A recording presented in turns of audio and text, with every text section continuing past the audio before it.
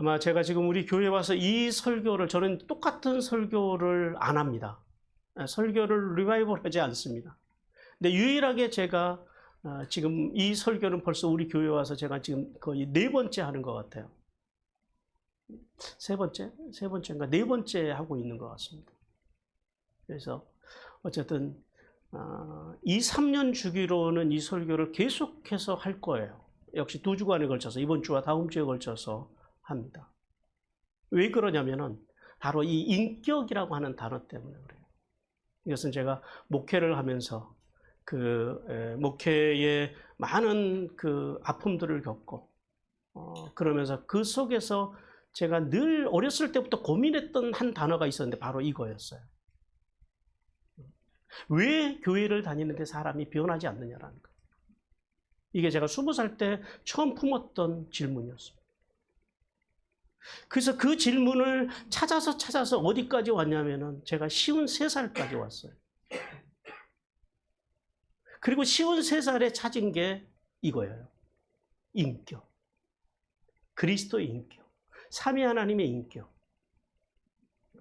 예배도 있고 말씀도 있고 기도도 있고 다 교회 안에 있는데 왜 그 속에서 성도들이 변하지 않느냐라는 거예요.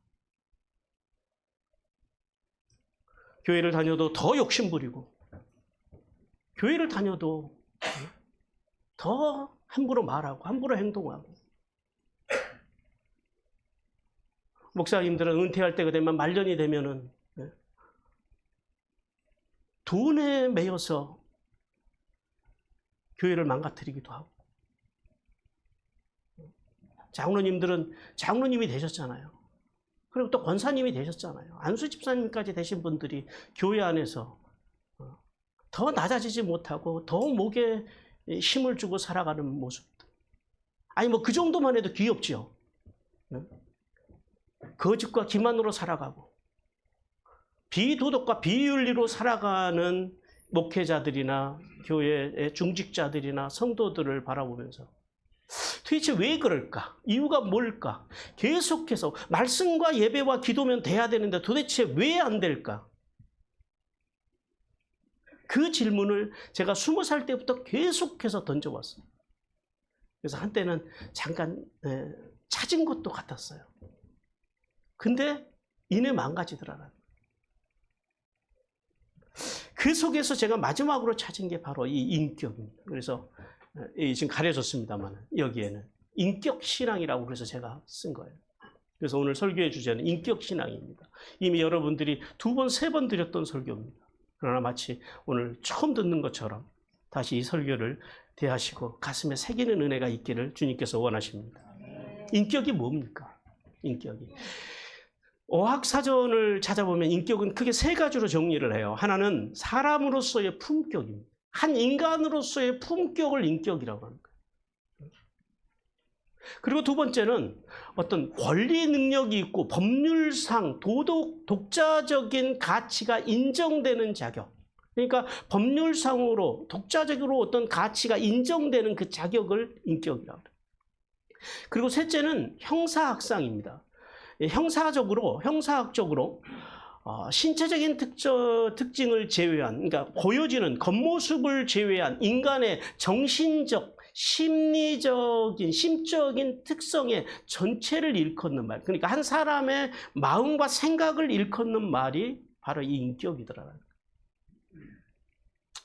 인격은 인간의 특성 중 품격을 나타내는 단어입니다. 그래서 오늘날에는 인격이라는 단어가 여러 가지로 이제 분류가 되는데요.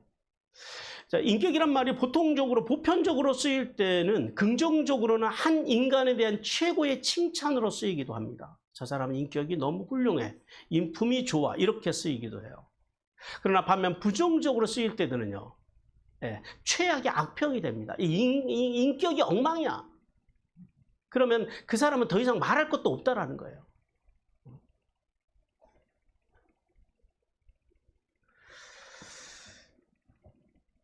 우리가 이제 이 인간의 부정적인 인격에 대해서 대략 우리가 한 4가지 정도로 분류를 해봅니다. 하나는 이중인격이란 말을 우리가 자주 써요. 뭐냐면 2가지 인격이 존재하는 사람을 표현할 때 쓰는 말이고요. 또 다중인격이라고 하는 것도 쓰죠. 다중인격은 뭐예요? 한 사람 안에서 여러 가지 인격이 나오는 거예요. 상당히 문제가 있는 사람이죠. 그 다음에 부적인격이라고 합니다. 부적인격. 이게 부적인격이라고 하는 게 정서적으로나 신체적으로는 결함이 없지만은 지적으로 정동적, 그 다음에 생리적인 측면에서 사회 기준에 적합하지 않는 인격. 여기서 정동적이라는 인격은 이 말은 자주 못 들어본 말씀이죠. 이게 뭐냐면은 이게 그거예요. 욱 하고 올라오는 거. 감정이 일시에 올라오는 거. 이 일시적인 감정이 치밀어 올라오는 것을 정동적이라고 합니다. 그리고 마지막 네 번째는 인격 분열이라고 그래요. 인격 분열이라고 하는 것은 대인관계나 사회활동에 대한 흥미가 없고 고독한 생활과 폐쇄적이고 차가운 감정을 가지고 살아가는 인격 장애를 의미합니다. 자, 이와 같이 사람의 인격 안에는 부정적인 면과 긍정적인 면이 공존한다는 거예요. 그리고 어떤 인격을 가질 것이냐는 각자의 마음과 태도에 달려있다는 사실은 우리는 깨달아야 됩니다. 서두에서 말씀드렸던 것처럼 저는 고등학교를 졸업하고 신학을 바로 갔습니다. 신학교를. 그래서 신학생이 됐던 그 20살부터 제가 끊임없이 질문했던 것이 이거였어요. 예수를 믿는 사람들은 왜 변하지 않는가? 사실 이 질문은 신학을 마치고 목회 현장에서도 끊임없이 저에게 던졌던 질문입니다. 제가 부목사 생활을 두 텀을 했고요. 2개 교회에서. 담임 목사를 제가 3개 교회에서 해봤습니다. 지금까지. 그 속에서 끊임없이 던졌던 질문이 그거였어요. 여러분은 왜 그 성도들이 교회를 다녀도 사람들이 왜 안 변한다고 생각하십니까? 이제는 그 이유를 이제 우리는 조금 알아요. 이게 정확한 정답인지는 아직까지도 저는 모르겠어요. 그러나 가장 제가 근접하게 찾아낸 것이 바로 이 인격신앙이었어요.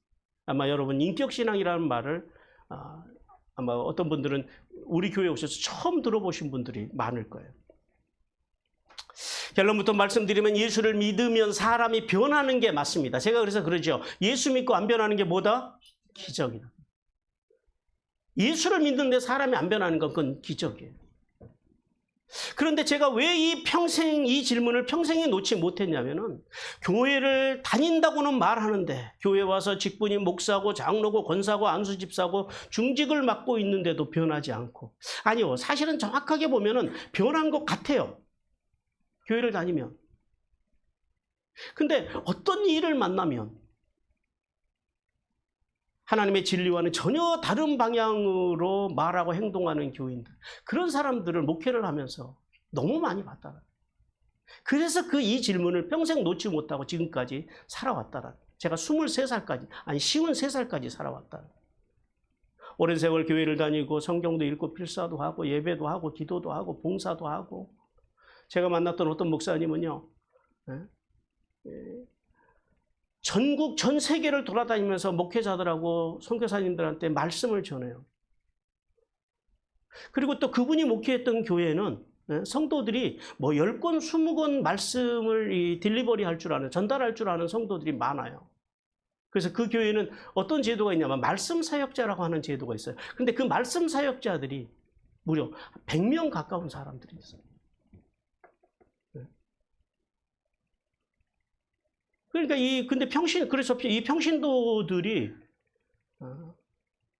해외 나가서 선교사님들한테, 목사님들한테 말씀을 전달하기도 해요. 성도가. 제가 볼 때는 우리 교회에도 그 정도 수준에 이르신 분들이 몇몇 분이 계세요. 어떤 특정 과목에 대해서는. 그분들이 그 한 과목을 가지고 가서 전하는 거예요.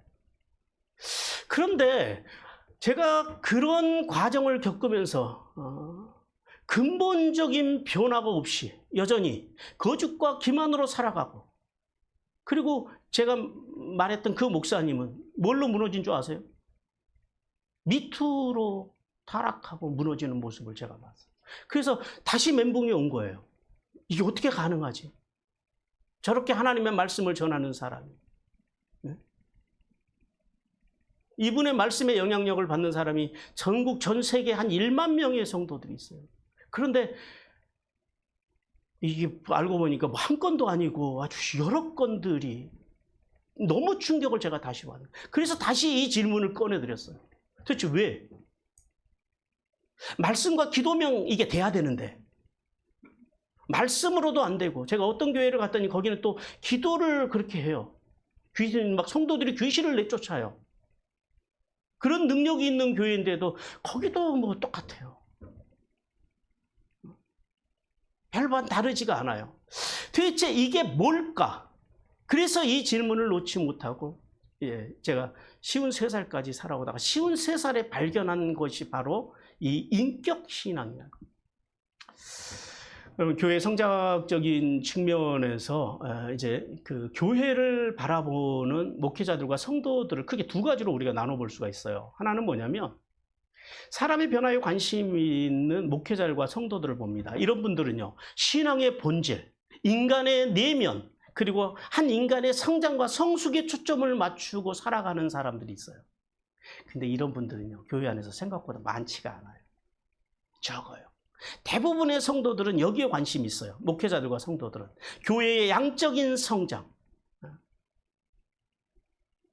양적인 부분, 뭐 전도, 뭐 어떤 문화, 선교 이런 프로그램에 주로 초점을 맞추고 목회하는 목회자들과 거기에 관심 있는 성도들이 대체로 한국교회에 많은 것이 현실입니다.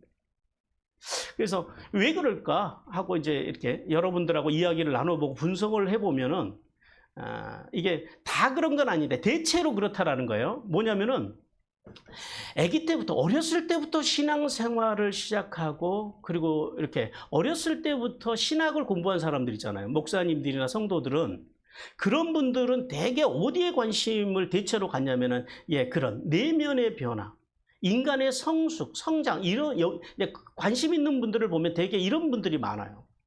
물론 다 그런 건 아니고 대체로 그렇더라고요. 그리고 그 양적인 성장에 관심 있는 분들은 대체로 보면은 늦게 신앙생활을 시작했다든지, 늦은 나이에 이제 나이가 들어서 어떤 정체성이 생기고 어떤 기준이, 세속적인 기준을 맛보고 신앙생활을 한 목회자들이나 성도들을 보면은 대개 이 후자예요. 양적인 성장에 관심이 많은 것으로 나타나요. 근데 다 그런 게 아니라 대체로 보면은 그렇다라는 거예요.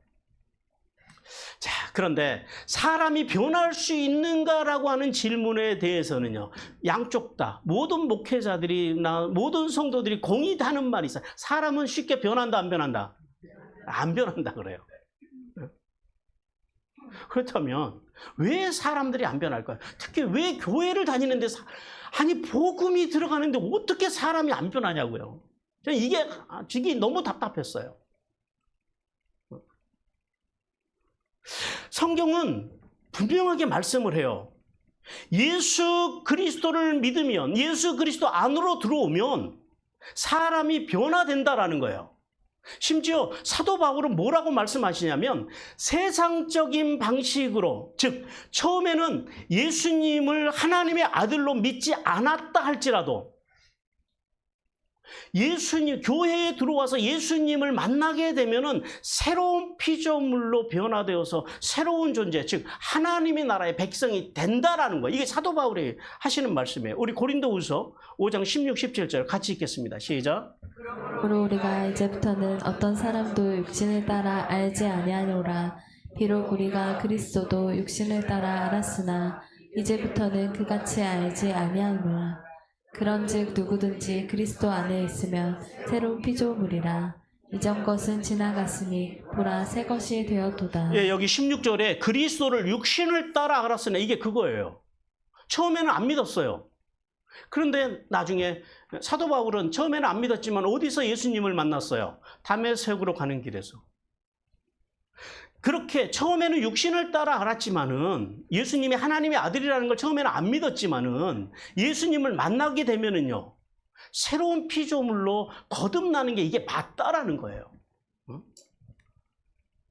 그리고 실제로 성경 속에는 육성을 죽이고 영성으로 거듭나서 하나님의 사람으로 변화되어 살다간 수많은 사람들이 나와요.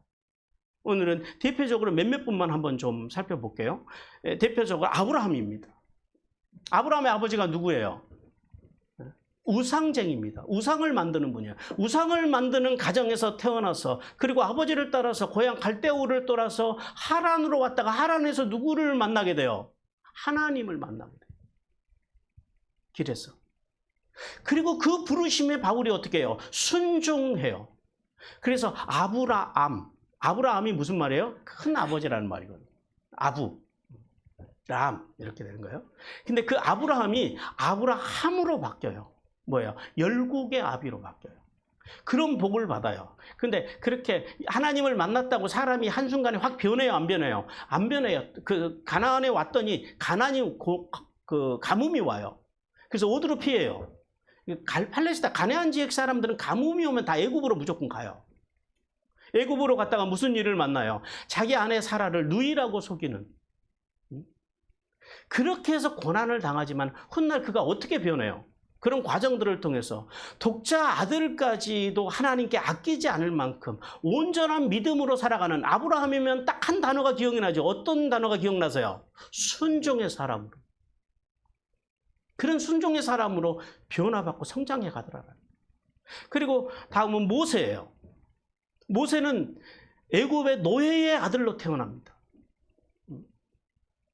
그런데 아기로 태어났는데 이 아기 안에서 뭘 봐요? 내면의 아름다운 기품 있는 그 모습을 부모들이 봐요. 그래서 몇 개월 동안 숨겼어요?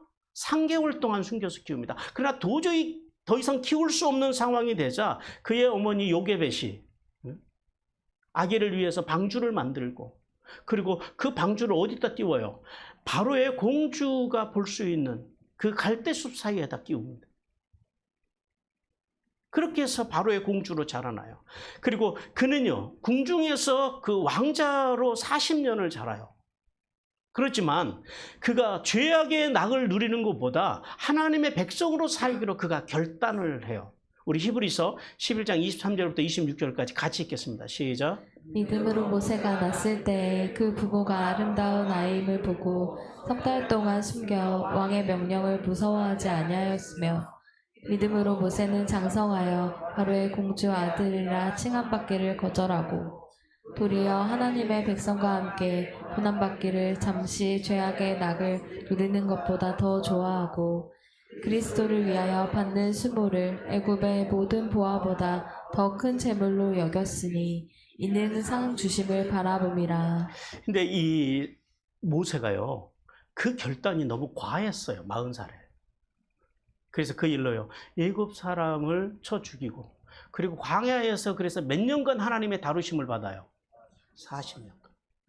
40년간 하나님의 다루심을 받고 그가 훗날에는요, 이런 사람으로 거듭나요. 민수기 12장 3절입니다. 같이 읽습니다. 시작. 이 사람 모세는 온유함이 지면의 모든 사람보다 더하더라. 네, 여기까지 두 분의 인물만 봐도 예수를 믿으면 하나님을 만나면 변화를 받아요, 못 받아요? 받는 게 맞는 거예요. 그다음 다윗입니다. 다윗은 엘라 골짜기에서 물매로 블레셋 사람 골리앗을 죽이고 이락 이스라엘의 군대의 장이 됩니다. 하지만 사울의 시기로 몇 년간이요? 13년간 도망자의 세월을 살아요. 그리고 사울이 죽고 난 다음에 왕이 돼요. 하지만 그가 범죄를 하지요. 왕이 돼서도 그가 범죄를 하게 돼요. 밧세바를 범하고 그 사실을 은폐하기 위해서 밧세바의 아내 누구요? 네? 우리아의 아내 밧세바. 그러니까 밧세바의 남편이었던 우리아를 뭐 해요? 모살을 해요. 무슨 모살이라는 게 뭐냐면 죽도록 유도하는 거예요. 전장의 최전선에 세워서 모살을 합니다. 그리고 그 사실에 대해서 누가요? 선지자 나단이 와서 책망을 해요. 그때 다윗이 어떻게 해요? 왕이라고 하는 허울을 벗어요. 그리고 하나님 앞에 엎드려 회개하고 용서를 빌고 그랬어요. 그 과정을 통해서 그가 그런 과정들을 통해서 어떤 사람으로 하나님 앞에서 세워져요? 하나님의 마음에 합한 종이라고 하는 칭호를 받은 사람으로 거듭나요. 사무엘상 13장 14절 같이 읽겠습니다. 시작. 지금은 왕의 나라가 길지 못할 것이라 여호와께서 왕에게 명하신 바를 왕이 지키지 아니하였으므로 여호와께서 그 마음에 맞는 사람을 구하여 그 백성의 지도자를 삼으셨느니라. 이 마음에 맞는 사람이 누구예요? 다윗을 이야기해요. 더 나아가서 다윗 왕은 수없이 많은 고난 속에서 살아요. 그러나 그 가운데서 다윗은 말년까지 늘 어떤 일을 만나든지 누구를 찾는 사람이요, 하나님만을 찾는 사람, 그리고 하나님만을 높여드리는. 그래서 성경에 보면은 누구의 찬양시가 제일 많아요? 시편에 보면 다윗의 시. 그런 하나님의 사람으로 그가 거듭나고 성숙해 가더라라는 거예요. 시편 21편 21절에 3절 같이 읽겠습니다. 시작. 내 하나님이여 내 하나님이여 어찌 나를 버리셨나이까. 어찌 나를 멀리하여 돕지 아니하시우며 내 신음소리를 듣지 아니하시나이까. 내 하나님이여 내가 낮에도 부르짖고 밤에도 잠잠하지 아니하오나 응답하지 아니하시나이다. 이스라엘의 찬송 중에 계시는 주여 주는 거룩하시니이다. 예, 그리고 예수님의 12 제자의 생애는 가히 충격적이에요. 베드로는 열정적이고 충동적으로 말하고 행동하는 사람이었지만은요, 그가 그래서 어떤 죄를 져요? 예수님을 부인하고 참 저주까지 해요. 예수님을 저주하는 그런 모습까지 보이지만은 그가 회개하고 돌아와서 죽기까지 변화된 삶을 살아요. 근데 베드로의 죽음에 대해서는 사실 알려져 있지 않아요. 우리가 통상적으로 알기에는 바티칸에서 십자가에 거꾸로 매달려 죽었다 그러잖아요. 그거는 사실은 천주교에서 사도 바울을 일대 교황으로 만들기 위해서 그건 지어낸 거예요. 그거는 역사에 등장하지는 않습니다. 그러니까 베드로가 어떻게 죽었는지는 사실은 몰라요. 그거는 코바디스라고 하는 영화나 이런 것들을 통해서 만들어지긴 했지만은 그것은 역사적인 사실은 아닙니다. 단지 그냥 베드로가 그 수권, 천국을 매는 열쇠와 푸는 열쇠를 받았다고 하는 그 말씀, 그것 때문에 베드로를 일대 교황으로 만들기 위해서 캐톨릭에서 그거는 만들어낸 거예요. 안드레는요, 그리스 아가야에서 복음을 전하다가 그러니까 X자형, 십자가가 아니라 이런 X자형 십자가에서 비참하게 순교를 당하고요. 그 다음에 세게대의 아들 야고보는 우레의 아들이라고 불릴 만큼 급한 성격의 소유자였지만은 복음을 전하다가 예루살렘에서 헤롯 아그리빠에 의해서 목베어서 제자 중에서 최초의 순교를 당합니다. 그리고 요한은요, 유일하게 참혹한 죽음은 면했지만은 사실은 죽음만 참혹하게 면한 거지 그가 인생 자체가 순탄했던 건 아니에요. 에베소에서 주로 복음을 전하다가 황제 도미티아누스에 의해서 모진 고난을 당해, 심지어는 어떤 고난을 당하면 끌린 가마에다가 요한을 집어넣어요. 근데 안 죽어요. 그래서 어쩔 수 없이 요한을 어디에다 귀양을 시켜요? 반모섬에다 귀양을 해서 이제 반모섬에서 요한계시록을 쓰고 거기에서 이제 생을 마치게 됩니다. 그리고 빌립이라고 하는 제자 빌립은 북아시아에서 복음을 전하다가 오늘날 터키, 프리기아에서 채찍을 맞고 그리고 옥에 갇혔다가 AD 한 54년경에 기둥에 매달려 순교합니다. 그리고 바델로메는요, 그러니까 아르메니아 알팍 지방에서 복음을 전하다가 가장 처참하게 죽어요.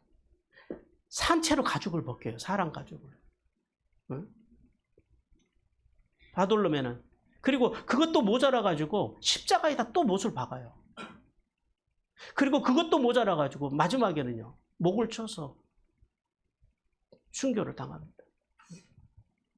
그리고 도마, 의심 많은 사람으로 처음에는 예수님의 부활을 믿지 못했다가 부활하신 예수님을 믿고 그 예수님의 귀한 옥체를 만진 후에 완전히 변화가 되어서 그가 이란 북부 지역인 그 파르티아에서 복음을 전하다가 어디까지 가냐면 인도까지 갑니다. 인도의 코로만델에서 거기 가서 사원까지 서워요.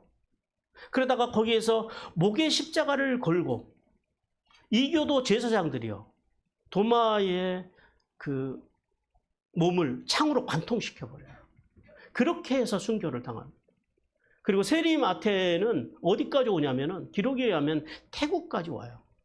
태국 그 파티아와 에디오피아 또 남쪽으로는 또 에디오피아까지 갑니다. 그렇게 복음을 전하다가 AD 60년경에 에디오피아의 나바다에서 미늘창이라는 게 있어요. 미늘창. 이게 미늘창이라고 하는 게 뭐냐면은 이렇게 끝이 세 가닥으로 갈라진 도끼와 그 다음에 창과 그리고 갈고리를 하나로 묶은 무기가 이 미늘창이라고 해요. 그 창에 의해서 처참하게 순교를 당합니다. 그리고 알포의 아들 야고는 예루살렘에서 유대인들에 의해서 몸에 상처가 나고, 그리고 안 죽으니까요, 유대인들이요 돌로 머리를 찍어 죽여요. 이렇게 이제 이게 그 마태는 두 가지 설이 있는데, 그렇게 죽었다고 하는 설이 하나가 있고요. 그리고 또 하나는 블레셋과 애굽에서 복음을 전하다가 순교했다고 하는, 그렇게 전해옵니다. 그리고 다데오는 시리아와 메소포타미아에서 시몬, 그러니까 가나나인 시몬 말하는 거예요. 그 시몬과 함께 복음을 전하다가 페르시아에서 십자가형에 처해서 활에 맞아 죽습니다. 십자가에 매달아 놓고 활을 쏘는 거예요. 그렇게 순교를 해요. 그리고 가나나인 시몬은, 이분은 누구냐면 열심당원 출신이에요.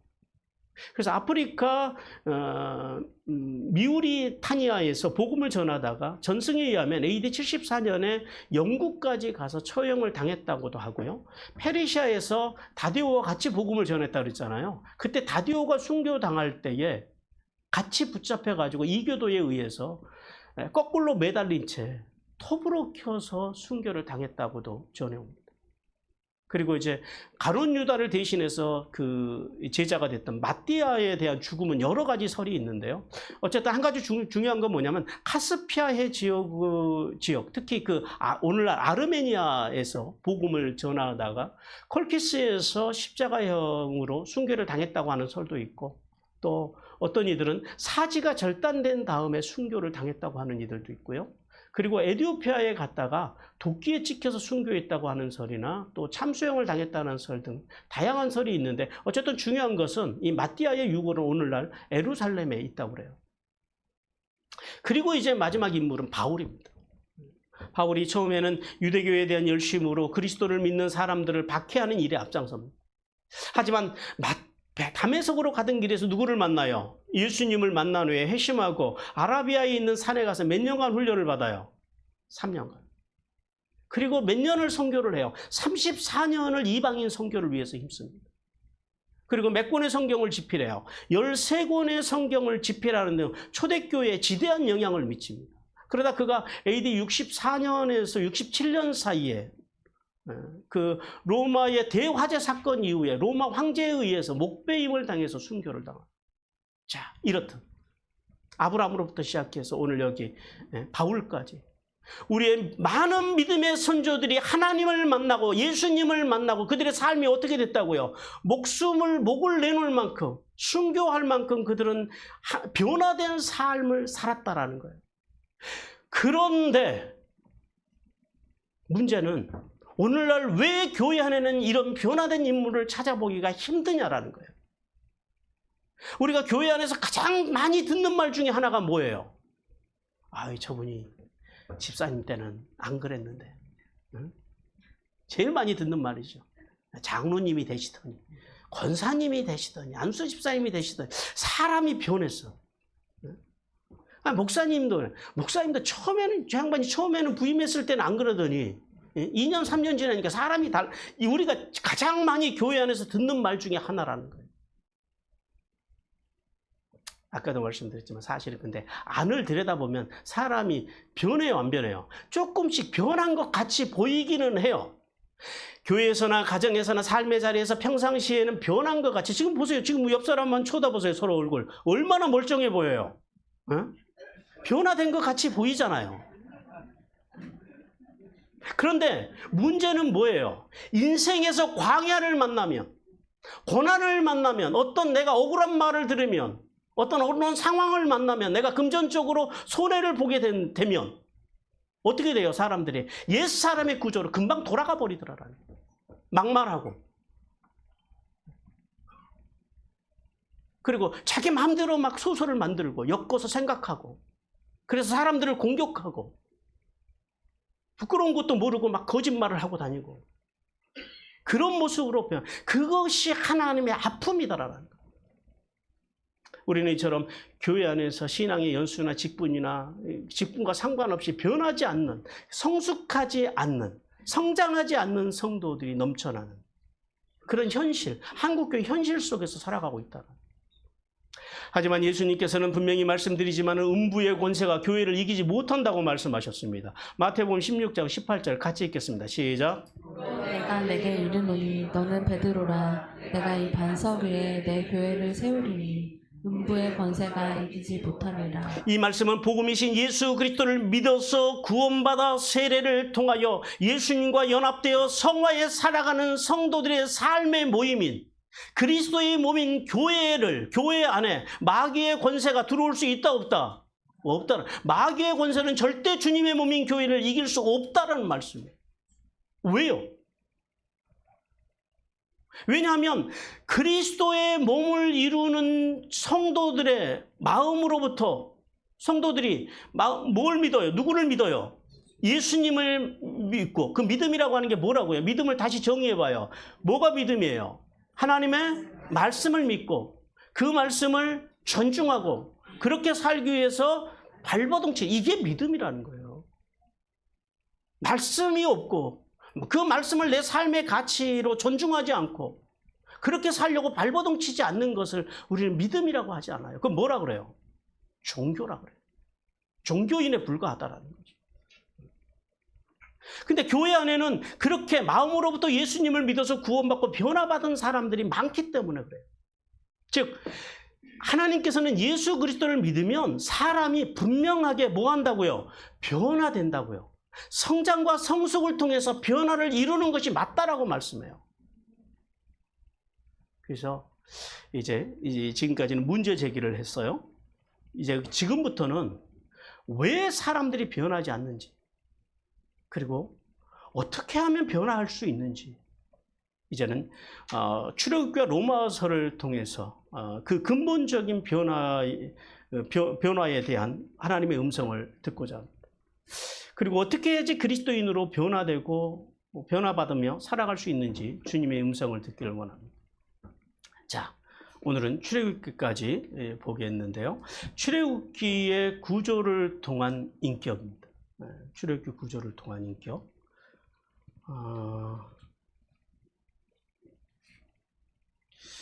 자, 출애굽기를 구속사로 정리해보면 1장에서 11장까지는 뭐라 그래요? 은혜. 우리가 이제 많이 하니까 좀 빨리 넘어갈게요. 하나님의 백성으로서 정체성을 잃어버린 백성들에게 하나님께서 뭘 배열하셨어요? 고난이라고 하는 장치를 배열하세요. 그리고 이스라엘 백성들을 하여금 고난을 통해서 뭘 하게 하세요? 하나님께 부르짖게 하시는 거예요. 그래서 하나님께서 누구를 준비시키세요? 사람 목자 모세를 준비시키시고, 그리고 9가지의 재앙을 통해서 하나님의 백성들은 보호하시고 이스라엘 백성들을 괴롭히는 애굽 사람들이요 철저하게 심판하시는 겁니다. 그리고 이제 12장에 와서 6월절 구원을 통해서 이스라엘 백성들이 하나님의 명령을 따라서 말씀에 순종함으로 문 임방과 좌우 문 설주에 뭘 발라요? 어린 양의 피를 발라요. 그래서 그들이 구원을 받아요. 이 1장에서 12장까지가 출애굽기 전체적으로 보면 한 30% 정도입니다. 여기에서 이스라엘 백성들은 믿음으로 뭘 경험하게 돼요? 의롭다 칭함을 받는 칭의의 은혜를 경험하게 돼요. 그리고 13장, 14장에서는요. 이제 은혜 받고 구원받은 이스라엘 백성들에게 하나님께서 13장에서 뭘 말씀하세요? 구원받은 하나님의 백성이 살아야 될 3가지의 원칙이 있다라는 거예요. 여러분 이것을 점검해 보시기 바랍니다. 구원받은 성도 안에는 틀림없이 이 3가지 원칙이 있어야 돼요. 첫째는 뭐예요? 무교절을 지키라라는 거예요. 이걸 구속사적으로 풀어봐요. 뭘로 살아가라고요? 죄 없으신 예수님의 말씀으로 살아라는 거예요. 그래서 말씀이에요. 말씀 정신. 예수님의 말씀으로 살아가고 계십니까? 라고 우리는 점검해 봐야 돼요. 그 다음 두 번째는요. 두 번째 원칙은 뭐예요? 초태생의 규례를 지키라라는 거예요. 초태생의 규례는 뭐예요? 하나님 으뜸사상. 예배입니다. 예배 사상입니다. 하나님을 내 삶의 으뜸으로 섬기고 살아가냐라는 거예요. 그분께 영광을 돌리는 삶을 내 삶의 으뜸으로 삼고 살아가느냐라는 거예요. 그 다음에 세 번째는요. 불기둥과 구름기둥을 따르라라는 거예요. 불기둥과 구름기둥의 길을 따라서 바로 애굽의 왕 바로 즉 마귀를 쫓아 사는 것이 아니라 세상의 가치를 따라 사는 것이 아니라 뭘 따라 살아가라고요? 성령의 인도하심을 따라 기도 사상을 위하여. 하나님께서는 이 13장에서 세 가지의 신앙의 오리엔테이션을 통해서 이스라엘 백성들을, 그리고 그 오리엔테이션을 통과한 이스라엘 백성들을요, 어디로 이제 보내세요? 홍해로 보내십시오. 14장에서 홍해를 건너게 하세요. 자, 그러면 하나님께서는 은혜 받고 구원받고 그렇게 신앙으로 살기로 결단한 이스라엘 백성들에게 왜 홍해를 건너게 하셨을까요? 홍해가 의미하는 건 뭐라고요? 세례입니다. 하나님께서는 사도 바울을 통해서 홍해를 세례라고 말씀하십니다. 그리고 이 홍해는 세례라고 하는 의미, 세례가 어떤 의미예요? 자기 부인. 이 의미와 또 한 가지 의미가 있어요. 이 홍해에는 뭐예요? 직면이요. 왜 직면이라고 그래요? 앞에는 뭐가 있어요? 넘실거리는. 도저히 여기 홍해는요, 직벽입니다. 끝이. 이렇게 완만한 뭐 서해안이나 이런 가 아니에요. 그냥 절벽이에요. 앞에는 넘실거리는, 도저히 인간의 힘으로는 넘을 수 없는, 배가 없이는 넘을 수 없는 홍해가 그 바닷물이 넘실거리고 있고, 그리고 좌우로는요, 정확하게는 좌우가 아니라 이렇게 둘러싸고 있더라고요. 가보니까 그 지형이. 거기에는요, 산이, 올라갈 수 없는 산이 있어요. 어떻게 하면 올라가는데, 근데 이게 뭐 올라갈 수 있는 산이 못 돼요. 뭐 남자들 같으면은, 젊은 남자들 같으면은 혼자는 올라갈 수 있겠더라고요. 그러나 양과 염소와 가족들을 거리고 그렇게 갈 수 있는 산이 아니에요. 그리고 올라가도 뭐 별거 없어요. 금방 잡혀요. 멀리 갈 수 있는 산이 못 돼요. 그리고 지금 그 길로, 지금 이스라엘 백성들이 진을 치고 있는 거기 가면 누에이바인데요. 그 누에이바를 지금 그렇게 거기로 보고 있는데, 거기에는 유일한 길이 하나밖에 없어요. 근데 그 길로는요, 세계 최강, 그 당시에 최강의 군대인 애굽의 전차 부대가 쳐들어오고 있어요. 그 상황 속에서 무기력한 자신과 직면하는 곳이 어디라고요? 홍해라는 거예요.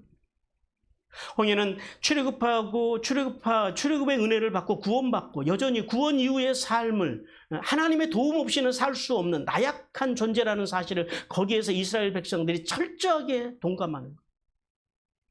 그것을 통감하는 곳, 그것이 바로 세례이고 그것이 직면입니다.